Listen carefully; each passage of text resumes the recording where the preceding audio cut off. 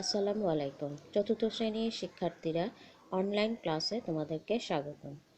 মেয়েরা, গত 2 ক্লাসে আমি যে অঙ্কগুলো করিয়েছিলাম আশা করি তোমরা বাসায় প্র্যাকটিস করেছো।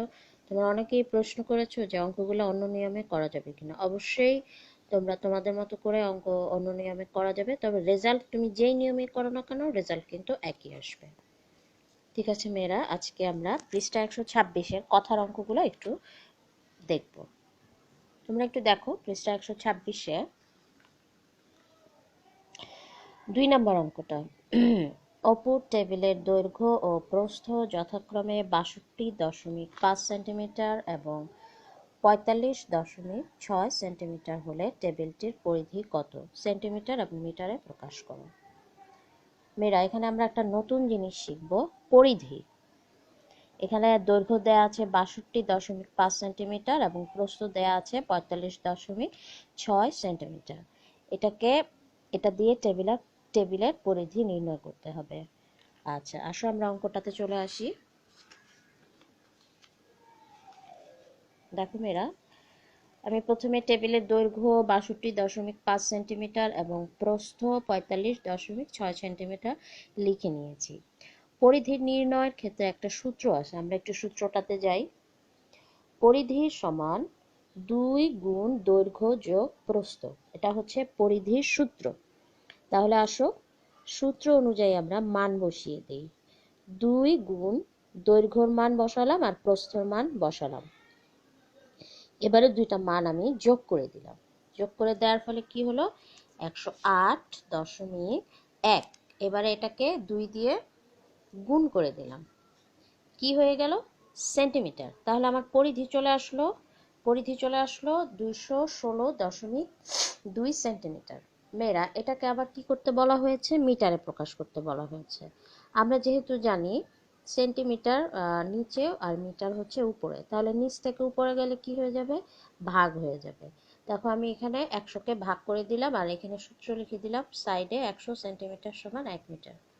মেয়েরা, আজকে আমি একটা তোমাদেরকে সহজ উপায় শিখিয়ে দিচ্ছি। 100 দিয়ে এখানে ভাগ করতে হবে। এখানে 100-র কাছে কয়টা শূন্য আছে? 2টা শূন্য আছে। আর এখানে দশমিক, এই জাস্ট দশমিকের পরে 2টা ঘর গুণে এখানে দশমিকটা বসাই দিবা। তাহলে দেখো এখানে দশমিক ছিল, আমি 2 ঘর গুণে এখানে দশমিক বসিয়ে দিয়েছি। তাহলে আমার অ্যান্সার আসছে 2.162 মিটার। তোমরা কি বুঝেছো মেয়েরা? আমি আবারও ক্লিয়ার করছি। এখানে দশমিক আছে আর এখানে একের সাথে কয়টা শূন্য আছে? 2টা শূন্য আছে। আমি জাস্ট 2টা ঘর গুণে দশমিকটা বসিয়ে দিয়েছি, 1 2। এই যে দেখো 2.162 মিটার। এটা হচ্ছে দশমিক বসানো খুব সহজ একটা টেকনিক। আচ্ছা, এবারে আসো 3 নাম্বার অঙ্কটা। হাসান তার পরিবারের জন্য 1.5 কেজি মাংস কিনল। তা থেকে কিছু পরিমাণ মাংস খাওয়ার পর 8.95 গ্রাম অবশিষ্ট রইল। তারা কতটুকু মাংস খেয়েছিল কেজি এবং গ্রামে প্রকাশ করো। মেয়েরা একটু খেয়াল করো, এটা কিন্তু আমরা জানি যে একদম সিম্পলি বিয়োগ হবে, কিন্তু একটা কথা হচ্ছে 2টা এককে আছে, কেজি এবং গ্রাম। তাহলে আমাদেরকে বিয়োগ করতে হলে একই রকম এককে নিতে হবে। তাহলে আসো দেখো আমি কিভাবে করেছি অঙ্কটা। মাংস কিনছে 1.5 কেজি, খাওয়ার পর বাকি রয়েছে 8.95 কেজি। আমি গ্রামকে কেজিতে নিয়েছি। তাহলে 1000 গ্রাম সমান 1 কেজি, 1 গ্রাম সমান 1000/1 কেজি, আর 895 গ্রাম সমান 1000 দিয়ে দেখো মেয়েরা ভাগ করেছি। সেই আমি একই টেকনিক ফলো করেছি। কয়টা শূন্য আছে? 1 2 3। তাহলে আমি জাস্ট দশমিকটা 3 ঘর পরে বসিয়ে দিব, 1 2 3। ঠিক এখানে দশমিকটা বসে যাবে মেয়েরা দেখো। তাহলে আমার অ্যান্সার আসবে 0.895 কেজি। এবারে তুমি খুব সহজেই বিয়োগটা করে ফেলতে পারো, যেহেতু দুটাই কেজি হয়ে গেছে। তাহলে মাংস খেয়েছিল 0.605 কেজি। আমি একটু রাফে তোমাদেরকে বিয়োগটা করে দেখিয়েছি।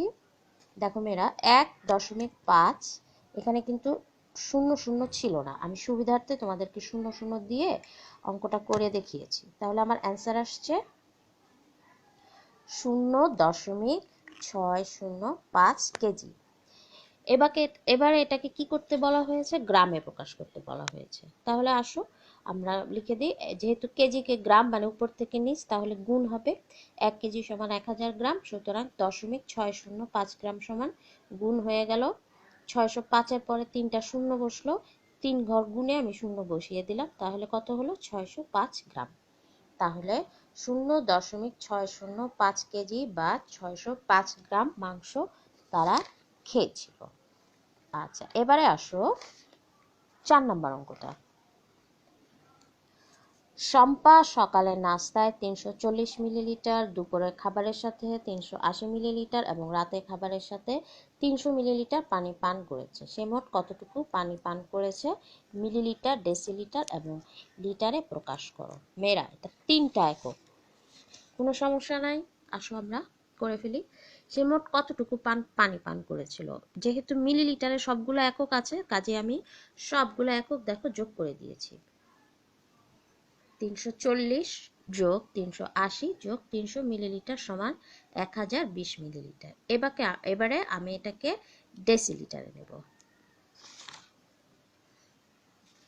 দেখো, মিলিলিটার নিচে, ডেসিলিটার উপরে, তাহলে ভাগ হয়ে যাবে। 100 মিলিলিটার সমান 1 ডেসিলিটার, 1 মিলিলিটার সমান 100/1, আর 1020 সমান 100/1020। মেয়েরা একটু খেয়াল করো, এখানে কয়টা শূন্য আছে? 2টা শূন্য, কাজে এখানে 2টা শূন্য পর দশমিক হয়ে গিয়েছে। দেখো 10.20, তাহলে যেহেতু শূন্য লাগবে না দশমিকের পরে, তাহলে 10.2 ডেসিলিটার।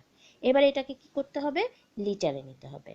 ডেসিলিটার নিচে, লিটার উপরে, 1 ঘর উপরে, কাজে আবারও ভাগ হয়ে যাবে।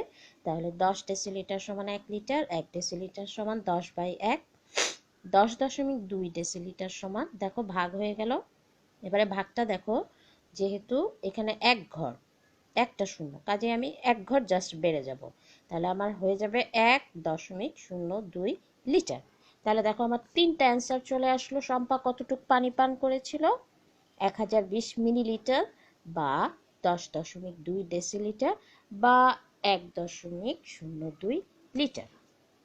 মেয়েরা, আশা করি অঙ্কগুলো তোমরা বুঝতে পেরেছো। আমি 5 নাম্বার অঙ্কটা তোমাদেরকে HW দিয়ে দিলাম, তোমরা অঙ্কটা করে অনলাইনে আমাকে দেখাবে, আমি তোমাদেরকে বলবো ঠিক আছে কিনা। আশা করি ভালো থাকবে। ঈদের পরবর্তী ক্লাস আমি ইনশাল্লাহ আবার ঈদের পরে নেব। তোমরা এই বন্ধে এই প্রশ্নমালার অঙ্কগুলো বেশি বেশি করে প্র্যাকটিস করবে। আর হ্যাঁ, আমি যেভাবে করাচ্ছি সেভাবে না করলেও চলবে, তুমি তোমার নিয়মেও করতে পারো, তবে রেজাল্ট কিন্তু একই আসবে, এটা মনে রাখতে হবে। আজকে এ পর্যন্তই। আল্লাহ হাফেজ, ঈদ মোবারক।